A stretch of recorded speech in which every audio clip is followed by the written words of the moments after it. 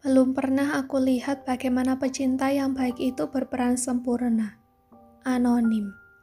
Mbak Almeira, ujar Alea kaget ketika mendapati sosok perempuan yang baru saja keluar dari mobil. Tampak adik perempuan Hafif sedang membersihkan halaman rumah milik kedua orang tuanya. Hai Alea, sapa Almeira ramah. Aduh, pengantin baru rajin banget sih. Alea tertawa kecil mendengar candaan yang ditunjukkan kepadanya. Bukan rajin, Mbak, tapi memang keadaannya yang menuntut aku untuk membersihkan halaman rumah yang super kotor. Hari ini jadwal piket aku di halaman, Mbak. Hehehe, gantian dengan yang lain ya? Ya begitulah, Mbak, pasti mau ketemu Mas Hafif kan? Terkanya pada perempuan yang baru saja keluar dari mobil. Iya nih, orangnya ada kan? Ada di dalam kok, Mbak. Bahkan barusan banget Umi ngobrol ke kita tentang Mbak Al dengan Mas Hafif. Oh ya? Waduh, kenapa? Jawabnya sedikit kaget. Menurut Umi, Mbak dengan Mas sedang berantem, jadi sampai pisah rumah. Enggak kok, alhamdulillah Mbak dengan Mas Hafif baik-baik saja. Memang ada beberapa hal yang buat Mbak sempat minta izin menginap di rumah orang tua, tapi bukan karena berantem. Tawa Alea terdengar santai. Kan hanya praduga kita saja, Mbak. Ya sudah, Mbak izin masuk ke dalam sebentar ya. Pamitnya kepada Alea, yang masih sibuk dengan tumpukan-tumpukan sampah di depan rumah. Oke, Mbak, saut Alea pula, melanjutkan pekerjaan yang tadi sempat tertunda. Assalamualaikum, ucap Almeira di ambang pintu. Ketika mendapati sosok Hania dan Rauf sedang bercengkerama berdua di depan televisi, dekat ruang tamu. Kedua mata pasangan tersebut serentak menoleh ke arah Almeira, di mana perempuan itu sedang berdiri tegak sembari menunggu sahutan dari dalam. Waalaikumsalam, sahutan itu terdengar serentak, membuat Almeira langsung menyunggingkan senyum manis kepada sang lawan bicara. Masya Allah, panjang umur banget ini Mbak Almeira. Baru tadi Umi tanyakan ke Alea, kok kamu belum ada datang ke rumah? Apa sedang ada masalah dengan Hafif? Kok tumben ini pada pulang ke rumah masing-masing? Ujar Gania sembari menyambut kehadiran sang menantu dengan wajah sumringah.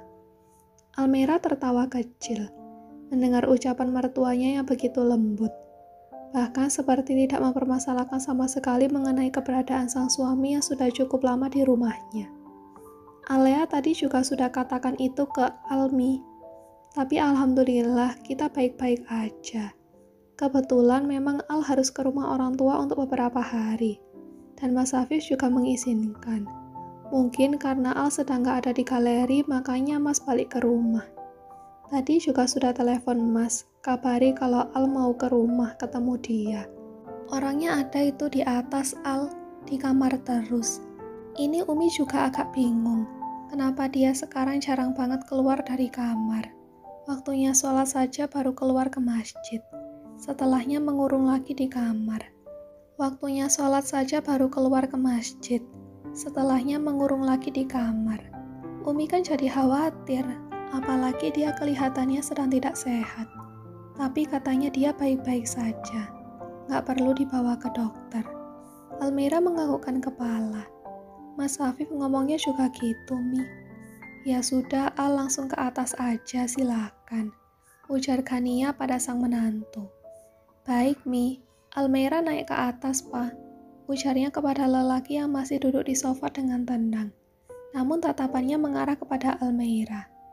Ya Al, ketemu Hafif dulu, nanti baru ngobrol sama kita semua. Perempuan itu mengangguk tanda setuju atas permintaan mertua lelakinya.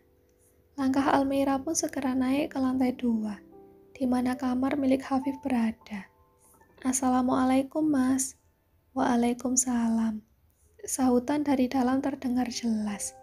Bahkan langkah kaki Hafif bisa Almeira sadari sampai knop pintu berputar, menampakkan batang hidung lelaki yang sedang Almeira tunggui.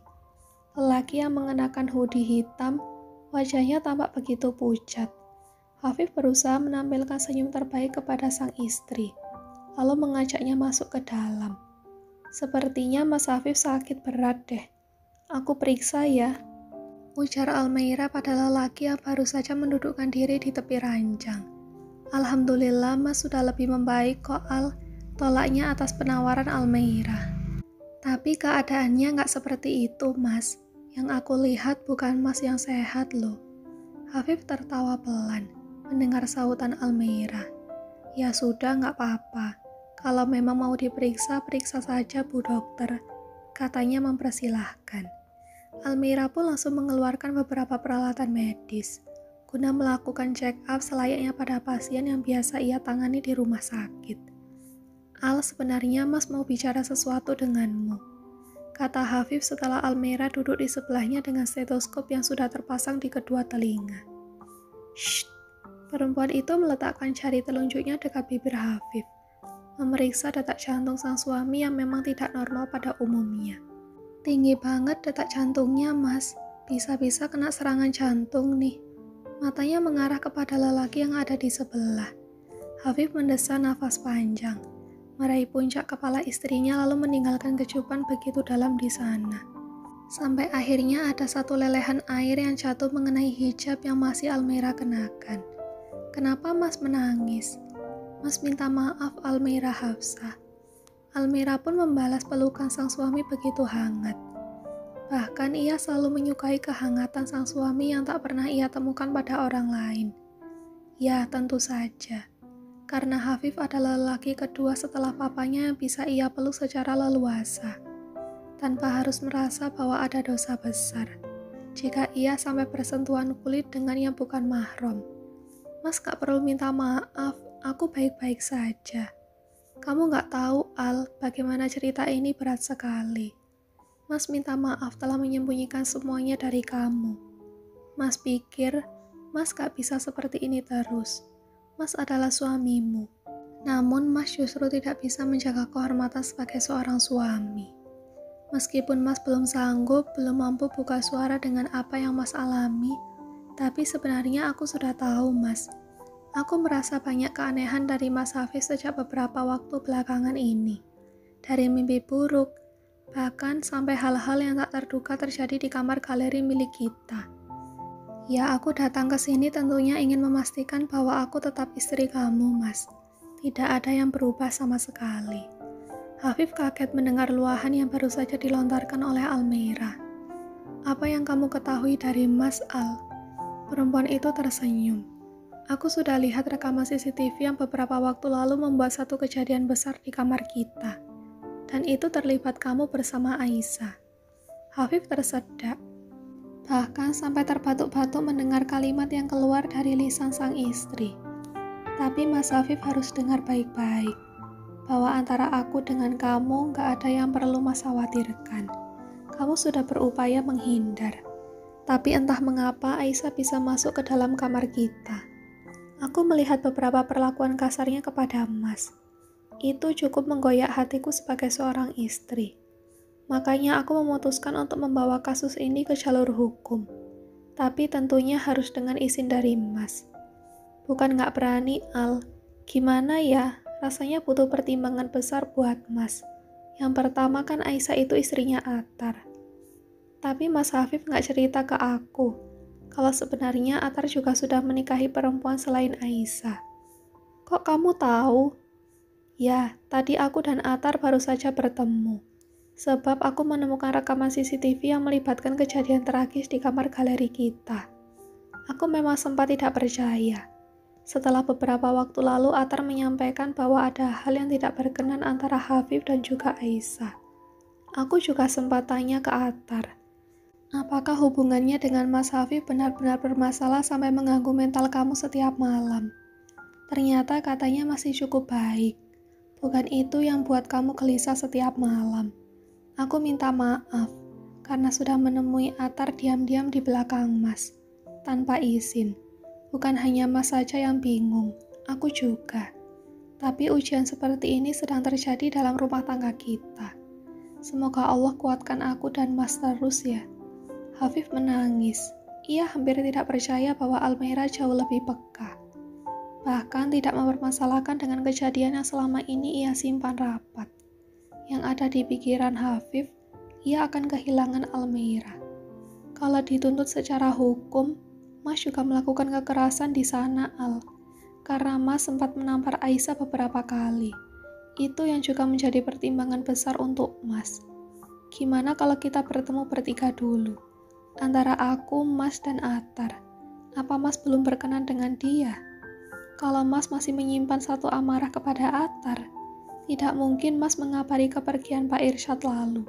Juga menangani beberapa pinjaman uang yang ia ajukan ke Mas dengan jaminan jam tangan untuk menafkahi istrinya karena dia belum bekerja. Mas Hafif tidak perasaankah kalau selama ini Aisyah memberikan perhatian khusus padamu? Bahkan sampai memiliki perasaan yang jauh dari Mas Hafif kira sebagai lelaki. Hafif menggelengkan kepala. Mas sendiri juga tidak memiliki kedekatan khusus dengan Aisyah. Bahkan bertemu dengan Aisyah lalu. Ya karena dia menanyakan mengenai pernikahan kamu dan Atar yang gagal. Pure yang Mas kira karena dia ingin tahu mengenai pernikahan kalian saja yang gagal.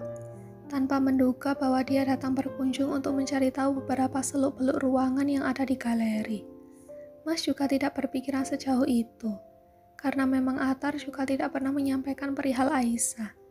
Dia saja yang banyak tahu mengenai Mas, karena katanya Atar yang sering menceritakan sosok Mas ke dia. Almira tersenyum tipis, mengusap lelehan air yang membasahi pelupuk mata lelaki itu. Mas gak perlu merasa tertekan sampai stres sendiri. Mas punya aku sebagai istri kamu. Jadi apapun masalahnya, kejadiannya, Mas berhak cerita denganku. Mas takut, Al. Mas khawatir kamu berpikiran bahwa Mas yang lebih dulu menggodai Aisyah. Dan Mas gak bisa memprediksi. Bagaimana dengan perasaan kamu kalau sampai tahu perkara ini? Ternyata aku tahu juga kan, ujarnya dibarengi kekehan. Aku gak bisa lihat suamiku tidur di sebelahku dengan keadaan gelisah bukan main. Maaf Al, Mas salah, katanya lirih, kembali meninggalkan kecupan pada puncak kepala sang istri. Dokter Almira. Setelah mendapatkan perawatan khusus dari sang istri, akhirnya keadaan Hafif mulai membaik. Setelah salat maghrib bersama, mereka turun ke bawah untuk menikmati makan malam bersama keluarga besar Hafif, yang merupakan keluarga mertua bagi Almira. Tentu saja kediaman orang tua Hafif jadi benar-benar hidup di saat anggota keluarga berkumpul semua. Setiap sudut ruangan selalu ada percakapan yang mengisi satu sama lain, sehingga rumah sederhana milik orang tua Hafif tidak pernah sepi. Ini loh orangnya Mi, baru saja mau dijemput, ujar Alea kepada Hafif juga Almira, yang baru saja menuruni anak tangga. Pasangan suami istri itu tertawa kecil, saling melepaskan pandangan satu sama lain. Kalau seperti ini kan Umi jadi tenang, gak lihat Hafif di kamar terus. Umi pusing sendiri, Al. Suami kamu itu ditanya sedang sakit atau gimana, tapi jawabnya baik-baik aja.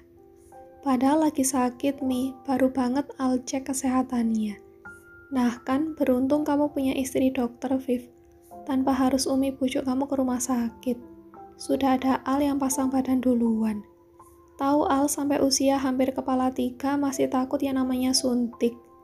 Almira tergelak. Iya Mi benar, saat mau menikah negara lalu aja, kalau nggak berisik untuk minta surat kesehatan bakal diam terus. Gania pun ikut tertawa lepas, mendengar ucapan sang menantu. Makanya Allah jodohkan dia dengan seorang dokter. Biar tahu rasanya sakit sedikit langsung disuntik. Candaan Rauf membuat meja makan jadi ramai.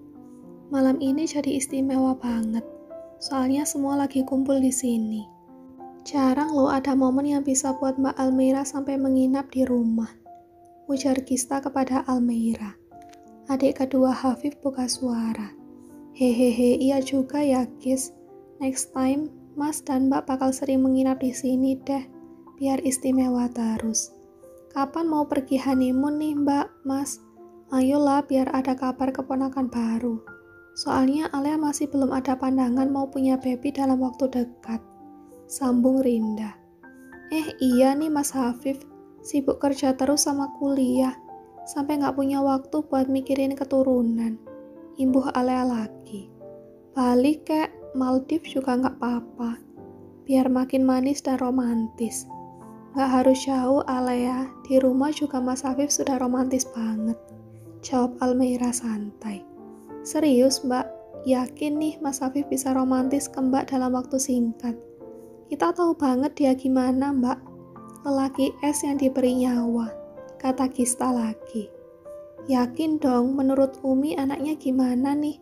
Ujar Almeira kepada mertua perempuannya. Loh kok ke Umi? Orangnya ada di sini kok, tanya ke orangnya langsung Al.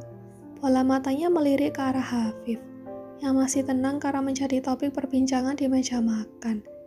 Apa deh ini, sudah ayo makan. Gak boleh ngomongin orang yang orangnya bisa dengar. 5 perempuan yang mendengar sautan Hafif kembali tertawa lepas, termasuk Almeira. Matanya mengintip ke arah sang suami. Ada rasa bahagia tersendiri berada di keluarga yang penuh kehangatan. Ia pun berharap setelah masalah rumah tangganya benar-benar selesai, maka ia bisa memberikan keturunan dari Hafif. Sebenarnya Almeira tidak menunda sama sekali. Hanya kesiapan Hafif saja yang masih butuh diyakinkan bahwa mereka telah layak menjadi orang tua. Apalagi dengan adanya kejadian yang masih terasa baru. Hafif butuh ketenangan sampai mereka benar-benar bisa beribadah dengannya penuh cinta, penuh kasih sayang.